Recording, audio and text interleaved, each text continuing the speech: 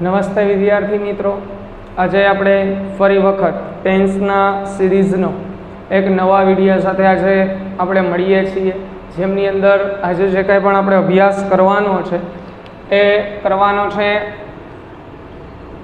Past continuous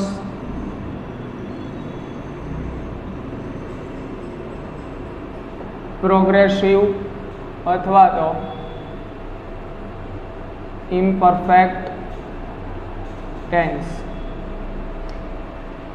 આપણે આજે કંઈ પણ ટેન્સ છે પાસ્ટ કન્ટિન્યુઅસ અથવા તો પાસ્ટ પ્રોગ્રેસિવ અથવા તો પાસ્ટ ઇમ્પરફેક્ટ ટેન્સ કહી શકીએ છીએ, જેને ગુજરાતીમાં આપણે કહેવા જઈએ તો ચાલુ ભૂતકાળ કહી શકીએ છીએ. લાસ્ટ લેક્ચરની અંદર આપણે ચાલુ વર્તમાનકાળનો અભ્યાસ કર્યો હતો, જેમાં આપણે એક એક્ઝામ્પલ લીધેલું હતું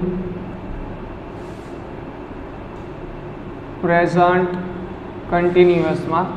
એક્ઝામ્પલ લીધેલું હતું કે તે ગીત ગાઈ રહ્યો છે. એમનું ઇંગ્લિશ આપણે કરેલું હતું હી is singing a song.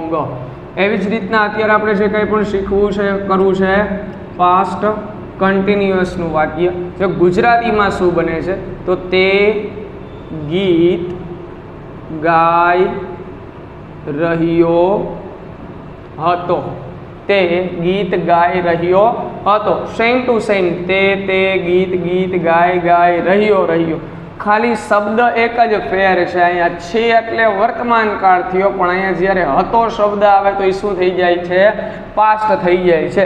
તો એવી જ રીતના સેમ ટુ સેમ આપણે જે કંઈ પણ સ્ટ્રક્ચર ઓફ સેન્ટેન્સ લખીએ છીએ ને એમાં જ ફેરફાર કરવાનો છે.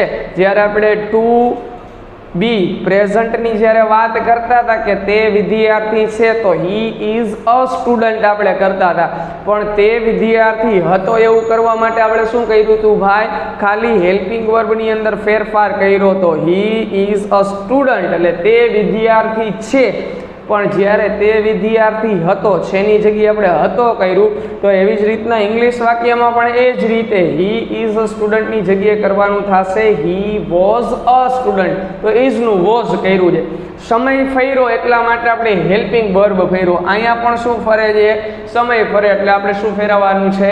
હેલ્પિંગ વર્બ ફેરવાનું. બાકી structure of sentence same to same રહેશે. શેના જેવી રહેશે? તો કે પ્રેઝન્ટ જે કન્ટિન્યુ છે તો પ્રેઝન્ટ જે પ્રોગ્રેસિવ ટેન્સ છે તો પ્રેઝન્ટ ઇનપરફેક્ટ ટેન્સ છે એમના જેવી જ રહેશે. તો અહીંયા ધ્યાન આપજો કેવી રીતના સ્ટ્રક્ચર ઓફ સેન્ટેન્સ બને છે.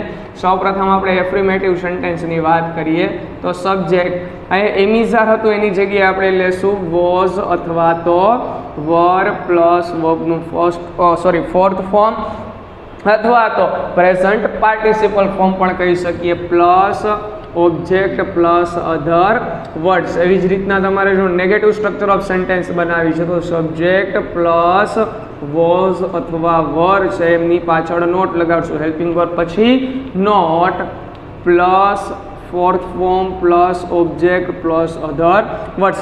આ નેગેટિવ છે. એવી જ રીતના તમારે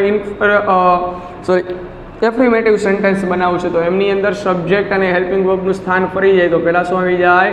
વોઝ અથવા were plus subject plus fourth form plus object plus other words. અને આમની નામની અંદર જો આપણે WH ઇન્ટ્રોગ્રેટિવ અથવા તો WH ક્વેશ્ચન તૈયાર કરવું છે તો જે તે વાક્ય રચના છે સાદા પ્રશ્નાર્થી એમાં WH એડ કરી દઈએ તો WH પ્લસ વોઝ અથવા were plus subject plus V4 plus object plus other words. તો આ જે કંઈ પણ છે એ પાસ્ટ કન્ટિન્યુઅસની સ્ટ્રક્ચર ઓફ સેન્ટેન્સ આમનો ઉપયોગ કરીને આપણે વાક્ય પહેલાં જે આપણે લીધેલું છે એ જ બનાવીએ. તે ગીત ગાઈ રહ્યો હતો. એટલે પાસ્ટ થઈ ગયું તો આપણે પાસ્ટની સ્ટ્રક્ચર ઓફ સેન્ટેન્સ ઉપયોગ કરશું તો હી વોઝ ગાઈ રહ્યો હતો તો સિંગિંગ અ સોંગ રહ્યો અને ગાય તો he was singing a song, તે ગીત ગાઈ રહ્યો હતો. He is singing a song, તો કે ગીત ગાઈ રહ્યો છે. ખાલી આ ડિફરન્સ જો અહીંયા આપ્યું છે વોઝ ને અહીંયા આપ્યું છે ઇઝ, બાકી સેમ ટુ સેમ વાક્ય છે. હવે આ જ વાક્ય મારે નકારમાં ફેરવવું છે. તે ગીત ગાઈ રહ્યો ન હતો, તે ગીત ગાઈ રહ્યો ન હતો. તો હી સાથે આવે વોઝ, નકાર વાક્ય બનાવવું છે તો not, he was not singing a song. એવી જ રીતના છે આપણે પ્રશ્નાર્થ વાક્ય બનાવશું. તે ગીત ગાઈ રહ્યો હતો તો શું બની જશે? Was he singing a song. શું તે ગીત ગાઈ રહ્યો હતો? Was he singing a song. પછી છે આપણે તે કયું ગીત ગાઈ રહ્યો હતો, કયું ગીત એટલે વીચ આવશે. પછી WH આપણે આગળ જતા સમજી લેશું, પણ અત્યારે ખાલી જોઈ લ્યો. તો અહીંયા થઈ જશે which song was he singing. પછી અહીંયા અ સોંગ છે એ નીકળી જશે. બરોબર છે? કેવી રીતના નીકળે છે અને શું શબ્દ નીકળશે અને શું કાંઈ પછી આપણે જોશું. તો which song was he singing, તે કયું ગીત ગાઈ રહ્યો હતો. એવી જ રીતના આપણે લાસ્ટ એક્ઝામ્પલ લીધું હતું કે તેઓ છે એ વાર્તાઓ વાંચી રહ્યા છે. તેઓની જગ્યાએ અમે લઈએ. ચાલો, અમે વાર્તાઓ લખી રહ્યા હતા. અમે વાર્તાઓ લખી રહ્યા, એમાં વાંચવું લીધું તો અહીંયા આપણે લખવું લઈએ છીએ. તો અમે એટલે વી, રહ્યા હતા તો વી સાથે છે વોઝ વરમાંથી આવશે વર. વી વર લખી રહ્યા હતા, લખવાને કહેવામાં આવે રાઇટ, ને રાઇટનું થઈ જશે રાઇટિંગ. તો વી વર રાઇટિંગ સ્ટોરી સ. વી વર રાઇટિંગ સ્ટોરીઝ. અમે વાર્તાઓ લખી રહ્યા ન હતા. અમે વાર્તાઓ લખી રહ્યા ન હતા તો વી વર નોટ રાઇટિંગ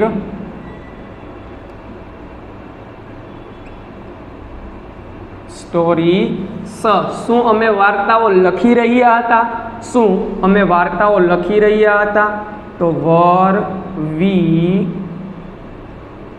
રાઇટિંગ સ્ટોરીઝ. અને એવી જ રીતના અમે ક્યારે વાર્તાઓ લખી રહ્યા હતા? તો ક્યારે માટે આવશે વેર વર વી રાઇટિંગ સ્ટોરીઝ. અમે વાર્તાઓ ક્યાં લખી રહ્યા હતા? તો ક્યારે લખી રહ્યા હતા? તો વેન આવે કે વેન વર વી રાઇટિંગ સ્ટોરીઝ. ઘણા બધા વિદ્યાર્થીઓને વેર પણ વાંચતા હોય છે, પણ અમુક સમય દરમિયાન એવું થશે કે જ્યારે તમે હેલ્પિંગ વર્બ અને જે WH છે એ બંને લેશો તો અહીંયા વર વર વાંચવું પડે. એટલા માટે જો તમે અહીંયા વેર વેરની જગ્યાએ અહીંયા વર વાંચો તો આપણે જે કંઈ પણ ડિફરન્સ છે એ ખબર પડશે કે ભાઈ વેર વર વી રાઇટિંગ સ્ટોરીઝ. અમે ક્યાં વાર્તાઓ લખી રહ્યા હતા. આ રીતના આપણે વાક્યો બનાવેલા છે.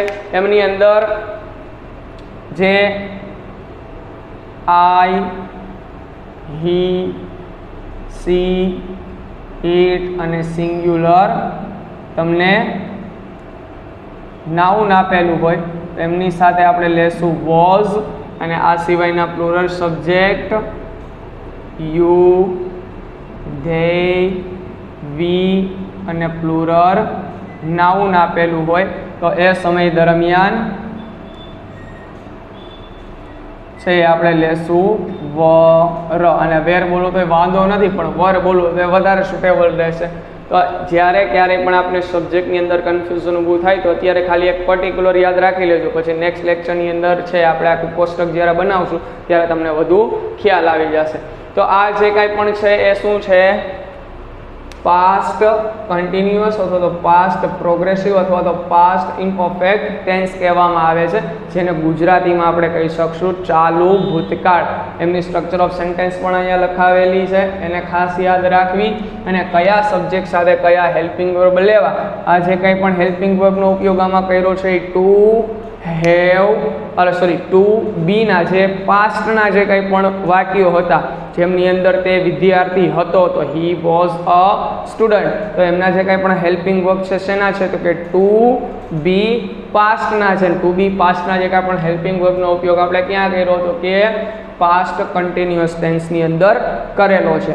આપણે આઈડેન્ટિફાઈ કરતા શીખશું, પણ હવે આના પછીનું જે કાર્ડ શીખી લેશું એટલે પાછી ફરી વખત છે કન્ટિન્યુઅસ ત્રણેય જે કંઈ પણ કાર્ડ છે એ સાથે લેશું ને એમની અંદરનો ડિફરન્સ સમજશું. તો ચાલો વિદ્યાર્થી મિત્રો, આટલી બધી વસ્તુ ક્લિયર થઈ જાય છે. હવે પછી જે કંઈ પણ બાબતો છે ને ખાસ ધ્યાનમાં રાખી કે જ્યારે આપણે પાસ્ટ કન્ટિન્યુઅસની વાત કરીએ છીએ ત્યારે હેલ્પિંગ વર્બ તરીકે વોઝ અથવા વરનો ઉપયોગ થાય અને વર્બ તરીકે ફોર્થ ફોર્મ. બધા કાળની અંદર તમે જુઓ તો વોઝ વર છે અને વર્બના ફોર્થ ફોર્મ છે. એ જ રીતે જે કંઈ પણ બાબતો ધ્યાન રાખવાની છે કે કયા સબ્જેક્ટ સાથે કયા હેલ્પિંગ વર્બ લેવાના છે એ ખાસ ધ્યાન રાખવાની છે. અને એની સાથે સાથે જે કંઈ પણ હેલ્પિંગ વર્બ અને વર્બના સ્થાન છે, સબ્જેક્ટના સ્થાન છે, એ બધી જગ્યાએ અલગ અલગ પ્રકારે આવે છે. તો એ ખાસ ધ્યાન રાખવાનું છે કે ક્યાં કયા પ્રકારે હેલ્પિંગ વર્બ મૂકવા. એટલે કે પ્રેઝન્ટને જો આપણે આઈડેન્ટિફાઈ કરવો છે, પ્રેઝન્ટ કન્ટિન્યુઅસને આઈડેન્ટિફાઈ કરવો છે તો એમની અંદર એમ, ઇઝ, આર સાથે તમને છે એ વર્બનું ફોર્થ ફોર્મ અથવા તો પ્રેઝન્ટ પાર્ટિસિપલ ફોર્મ આપેલું હોઈ શકે ને. જ્યારે તમે પાસ્ટને આઈડેન્ટિફાઈ કરશો, કયો પાસ્ટ તો કે કન્ટિન્યુઅસ પાસ્ટ, તો પાસ્ટ કન્ટિન્યુઅસને આઈડેન્ટિફાઈ કરવો છે ત્યારે તમને વોઝ અથવા વર સાથે વર્બનું ફોર્થ ફોર્મ આપેલું છે. ફોર્થ ફોર્મને આઈએનજી વાળું રૂપ પણ કહી શકો છો અથવા પ્રેઝન્ટ પાર્ટિસિપલ પણ ફોર્મ કહી શકો છો. તો આ મુજબ આપણે વર્બની અંદર બધી વસ્તુઓને ખાસ ધ્યાન રાખવાની છે, કયા કાળની અંદર કયા પ્રકારનું વર્બનું ફોર્મ ઉપયોગ કરેલું છે. પછી આગળ જતાં આપણે આનો નાનો સંદર્ભનો ઉપયોગ કરવાનો છે. તો જે રેફરન્સ આપું છું એ બધી વસ્તુ યાદ રાખી લેવાની, ન યાદ રહે તો એક બુક બનાવી નાખો, બરોબર, કે જેથી કરીને જ્યારે રેફરન્સ લેવાનો થાય ને જે કાંઈ પણ વસ્તુઓ મેં તમને નોટ ડાઉન કરવાની કીધી હતી તો આપણે એને ફરી વખત રિવાઇઝ કરી શકીએ. તો આટલી બધી વસ્તુઓ આપણે યાદ રાખવાની છે. હવે પછીનો જે કાંઈ પણ નેક્સ્ટ લેક્ચર જે આપણે ફ્યુચર માટેનો છે, ત્યાં ફ્યુચરની અંદર શું આવે છે અને કેવી રીતના આવે છે આપણે નેક્સ્ટ લેક્ચરમાં જોશું. અને ટેન્સ છે તો એ તમે નોટ ડાઉન કરેલા હશે ને તો આખો વિડીયોઝને ફરી વખત તમારે જોવા નહીં પડે, બરાબર છે. જેથી કરીને જે વસ્તુઓ નોટ ડાઉન કરવાની કીધી છે એ કરી લેશો તો તમે ઓછા સમયની અંદર રિવિઝન કરી શકશો અને ઇંગ્લિશની અંદર ઇમ્પ્રુવમેન્ટ લાવી શકશો. તો ચાલો નેક્સ્ટ લેક્ચરમાં ફરી વખત મળીએ છીએ. ત્યાં સુધી બધા વિદ્યાર્થીઓને જય હિન્દ, જય ભારત.